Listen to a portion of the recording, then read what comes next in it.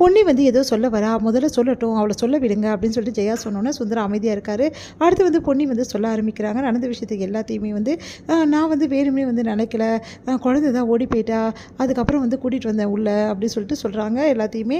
அதை கேட்டுட்டு வந்து பார்த்தீங்களா, குழந்தை தான் அப்படி பண்ணியிருக்கா, அதுக்காக பொன்னி இப்படி குறை சொல்கிறது நியாயமாகும்னு சொல்லிட்டு சந்திரசேகர் சொல்கிறாரு. உடனே வந்து அப்போ கூட குழந்தைய பார்த்து கூட்டின்னு வர வேணாம், எல்லா பழியும் குழந்தை மேலே போறியா அப்படின்னு சொல்லி சொன்னோன்னே உடனே வந்து ஜெயா வந்து கேட்குறாங்க. நம்ம வந்து குழந்தைகிட்ட அவகிட்ட கேட்குறாங்க, சொல்லுமா உண்மையிலே வந்து என்ன நடந்தது அப்படின்னோடனே, இல்லை ஜெயாம்மா, பொன்னியத்தை சொல்கிறது தான் கரெக்டு, நான் தான் வேணும்னே ஓடி போயிட்டேன் மழையில், பாவம் பொன்னியத்தை என்னை வெளியே வரவே நான் தான் சொன்னாங்க அப்படின்னு சொல்லிட்டு சிவானி சொல்கிறா. அது புரிஞ்சுக்கங்க மாப்பிள்ள, பொன்னி மேலே எந்த தப்பும் இல்லைன்னு சொல்லிட்டு எப்போ பார்த்தாலும் பொண்ணியை குறைய சொல்லிட்டு இருக்கீங்க அப்படின்னு சொல்லி சொன்னோன்னே சுந்தரம் வந்து அமைதியாக இருக்காரு.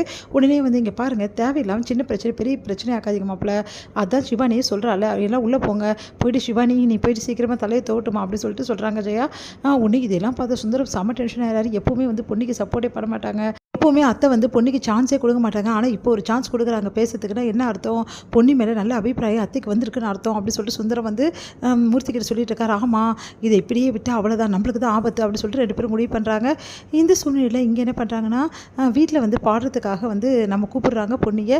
அப்போ வந்து பொன்னி வந்து நான் தான் வந்து பாடுறது இல்லைங்களே இப்போது அப்படி சொல்லிட்டு இருக்காங்க. அப்போ வந்து ஜெயா வந்து பொன்னி நீ பாட ஆரம்பி, பொன்னி கண்டிப்பாக வருவா, நீங்கள் போங்க அப்படின்னு சொல்கிறாங்க. அதை கேட்டு வந்து பொன்னி அதிர்ச்சி அடைகிறாங்க. என்னத்தை சொல்கிறீங்க அப்படின்னு, நீ பாடப்போ, எந்த பிரச்சனையும் கிடையாது, நீ உன்னோட வேலையை நீ செய், அதுக்காக யாருக்காகவும் நிற்க வேணாம் அப்படின்னு மாதிரி சொல்லிடுறாங்க. அதை கேட்டு வந்து சந்தோஷம் தாங்கவே முடியல பொன்னிக்கு. உடனே ரொம்ப சந்தோஷப்படுறாங்க.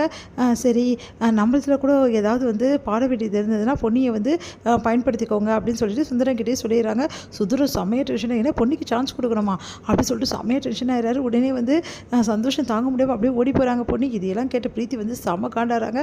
பொன்னி எப்படியா பாட விடாமல் தடுக்கலான்னு பார்த்தா இந்த மாதிரி வந்து ஆன்ட்டியே வந்து அவளுக்கு சான்ஸ் கொடுக்கணும்னு நினைக்கிறாங்களே, இது இப்படியே விடவே கூடாது அப்படின்னு சொல்லிட்டு யோசிக்கிறாங்க பிரீத்தி. அடுத்து வந்து பொன்னி வந்து ரொம்ப சந்தோஷமாக இருந்துகிட்ருக்காங்க. அப்போ வந்து வராரு நம்ம வந்து சக்தியை பார்த்தோன்னு பொன்னி வந்து அப்படியே போய் ஹக் பண்ணுறாங்க. என்ன பொன்னி இன்னும் இவ்வளோ சந்தோஷமாக இருக்கேன் அப்படின்னு சொன்னோன்னே, அது வந்து என்ன நடந்தது தெரியுமா உங்களுக்கு, இன்றைக்கி நான் வந்து குழந்தைய வந்து சிவானி வந்து கூட்டிகிட்டு போனேன்னா மழை வந்துச்சா அப்படி சொல்லிட்டு நடந்த விஷயத்தெல்லாம் சொல்கிறாங்க. அப்படியே அம்மாவை சப்போர்ட் பண்ணாங்க உனக்கு?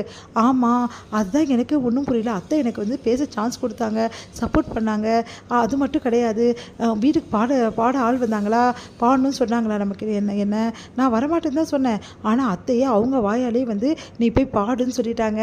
அப்புறம் என்ன பொண்ணி, இதுக்கப்புறம் ஜாலி தான், கண்டிப்பாக நீ பாட போகிற அப்படின்னா. ஆமாங்க, நான் பாட போகிறேன், அத்தை வாயால் சொல்லணுன்னு நான் காத்துட்டு இருந்தேன், இப்போ எனக்கு எந்த பிரச்சனையும் இல்லை, நான் போய் ப்ராக்டிஸ் பண்ணுற போதுமா அப்படின்னு சொல்லிட்டு போகிறாங்க.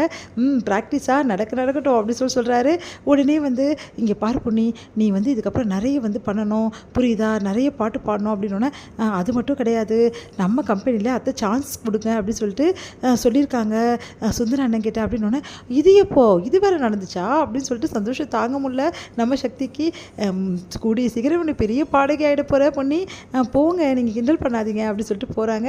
சக்தி வந்து இந்த விஷயத்துக்காக தான் நான் காத்திருந்த பொண்ணி, நீ சந்தோஷமாக இருக்கணும் எப்போவுமே, இந்த சந்தோஷம் எப்போவுமே நிலச்சிருக்கணும் அப்படின்னு சொல்லிட்டு சக்தி வந்து சொல்லிட்டுருக்காரு. இங்கே பிரீத்தி வந்து எல்லாத்தையுமே வந்து கேட்டுட்ருக்குது. இவ்வளோ சந்தோஷமாக இருக்கீங்களா 2 பேரும், அதுவும் பொண்ணு இவ்வளோ சந்தோஷமாக இருக்காளே, இதை விடக்கூடாது, என்ன பண்ணுறது, ஏதாவது ஒரு பண்ணணும் அப்படின்னு சொல்லிட்டு சுந்தரமும் பிரீத்தியும் யோசிச்சுட்டு இருக்காங்க. இதோட முடியுது.